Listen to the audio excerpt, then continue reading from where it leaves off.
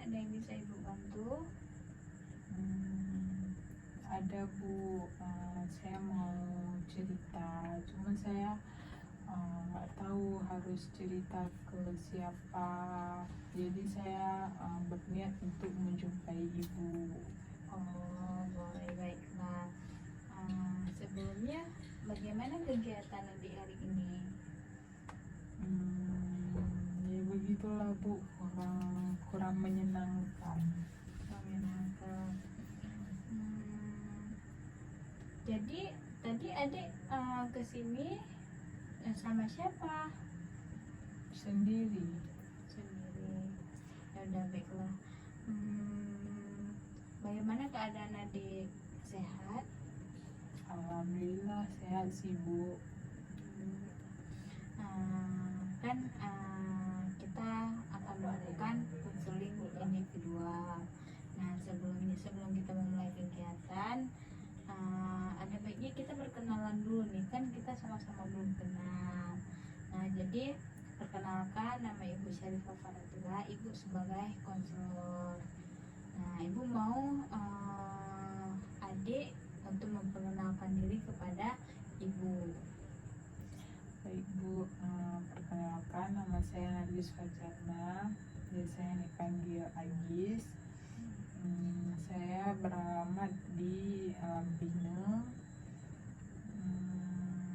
Sekarang umur saya 18 tahun. Berarti Agis masih sekolah ya? Iya, masih kelas 2 SMA. Sekolah di mana? Di SMA Negeri 1 Banda Aceh. Bagus, keren ya.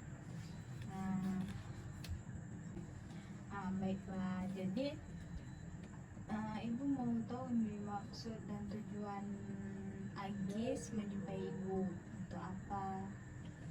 Begini Bu, saya kan mau cerita tentang itu, sebetulnya masalah pribadi saya sih Bu. Masalah apa yang saya rasakan sekarang ini. Oh gitu. Oh, Ibu paham. Jadi Agis nggak apa-apa, cerita aja sama Ibu ya, nggak perlu takut. Jadi karena di sini dalam konseling individual ini kita ada memiliki 3 asas. Ada asas kesukarelaan, yaitu asas kesukarelaan ini yaitu asas dimana kita ini melakukan kegiatan atas karena kesukarelaan diri sendiri tanpa paksaan. Nah, Ibu mau tahu nih, Agis kesini jumpain Ibu atas paksaan atau emang atas sukarela diri sendiri? Sukarela diri sendiri. Oh, bagus lah. Yang kedua ada asas kerahasiaan. Nah, asas kerahasiaan ini dimana nanti kegiatan konseling kita, misalnya permasalahan apa yang Agis ceritakan ke Ibu tidak akan menyebarluaskan, dan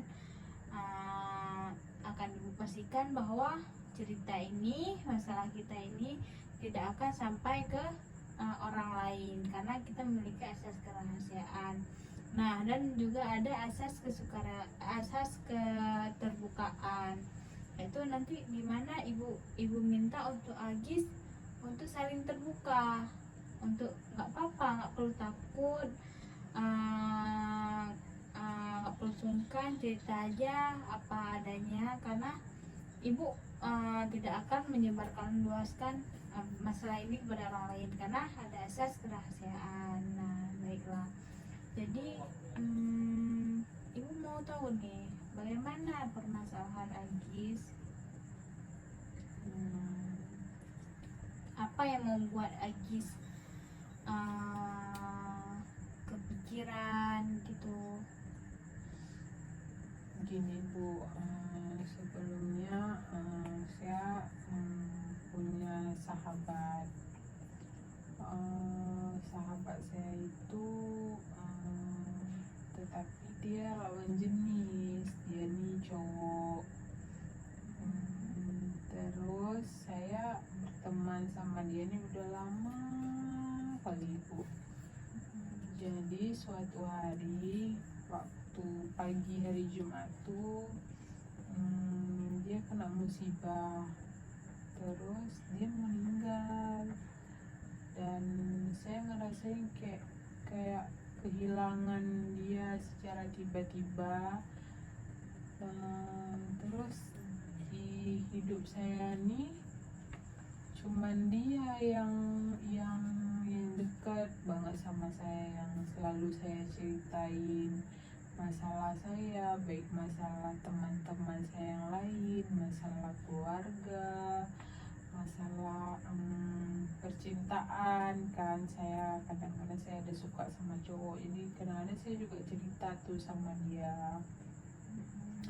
Jadi waktu kejadian tuh kan dia meninggal, terus saya ngerasa kehilangan kali ibu, nggak ada dia. Terus saya menyesal karena di hari dia meninggal tuh saya nggak datang. Jadi saya merasa diri sendiri ini, merasa saya sedih karena saya nggak sempat lihat almarhum untuk terakhir kalinya. Saya merasa bersalah, tetapi saya juga nggak kuat buat melihat mayat almarhum. Sampai detik ini saya merasa sedih dan merasa bersalah.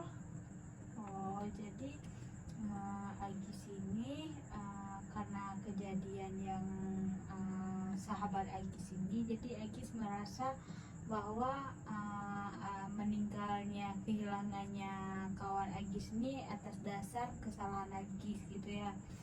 Dan Agis merasa kesepian tanpa sosok sahabat Agis. Nah, dan Agis di sini kayak menyalahkan diri Agis sendiri ya, karena kehilangannya teman Agis. Karena waktu dia meninggal, Agis nggak datang karena nggak berani aja jumpa untuk terakhir kalinya karena nggak sanggup. Nah, jadi kan Agis merasa bersalah banget nih atas kehilangan kawan Agis. Nah, apakah Agis pernah berkunjung ke rumah almarhum gitu? Pernah Bu, setelah dia meninggal saya dekat sama keluarganya, sama kakak, orang tua dia juga. Saya sering ke rumahnya, dan saya juga udah dianggap anak sama keluarga almarhum. Nah, kan keluarga almarhum saja bisa menerima kenyataan bahwa anaknya sudah meninggal. Nah, jadi Agis tidak perlu merasa kehilangan kawan Agis itu disebabkan Agis, karena keluarganya dia saja bisa tegar menerima kenyataan ini. Nah, jadi Agis harus bisa tegar dan menerima kenyataan bahwa kawan Agis ini meninggal bukan sebab Agis. Mungkin itu kejadiannya karena kemalangan. Iya Bu, tetapi saya yang merasa sangat bersalah tuh ya karena saya nggak ada sama dia waktu terakhir kalinya. Agis pernah berkunjung ke makamnya ataupun mengirim doa ke Semenjak dia? tuh pernah sih Bu, selalu saya setiap ulang tahun almarhum, lebaran, saya selalu ziarah ke makamnya. Jadi Agis sudah bisa, di sini Agis mungkin belum bisa menerima kenyataan bahwa kawan Agis meninggal, tapi di satu sisi Agis sadar bahwa kawan Agis ini sudah hilang dari kehidupan Agis gitu ya. Ya, seperti itulah Bu. Nah, jadi Agis tidak perlu merasa bersalah dan menyalahkan diri sendiri gitu ya, karena kan ajal maut itu semua sudah ditentukan sama Allah. Berarti sekarang Nargis nggak boleh menyalahkan diri sendiri ya Bu. Berarti Agis harus ikhlasin dia, dan Agis nggak boleh merasa bersalah lagi sama kejadian yang udah terjadi waktu hari itu. Ya benar, karena Nargis harus menerima kenyataan bahwa kawan Agis sudah tiada, dan Agis harus tegar menerima kenyataan ini. Karena apa? Karena Agis dengan menyalahkan diri Agis sendiri itu dapat menyakitkan perasaan Agis sendiri gitu. Jadi Agis sering-sering kirim doa aja, berdoa untuk kirim buat almarhum. Baik Bu, kalau seperti itu berarti Agis harus ikhlas. Dan Agis insya Allah selalu berlapang dada berdoa supaya almarhum tenang di sana. Baiklah, berarti Agis sekarang sudah merasa tenang ya, sudah merasa tenang dan bisa menerima kenyataan bahwa ini bukan kesalahan dari Agis. Ya Bu, alhamdulillah sudah Gitu. mendingan dan sudah lega setelah saya cerita ke ibu, dan mungkin memang saya harus mengikhlaskan orang yang saya sayang walaupun dia udah nggak ada di dunia. Ya baguslah. Baiklah, mungkin kegiatan kita bisa kita cukupkan sampai di sini. Nanti kalau misalnya Agis ingin datang curhat lagi jumpain ibu, bisa silahkan jumpain ibu. Ibu pasti akan meluangkan waktu untuk membantu Agis dalam menerima curhatnya Agis. Nah itu.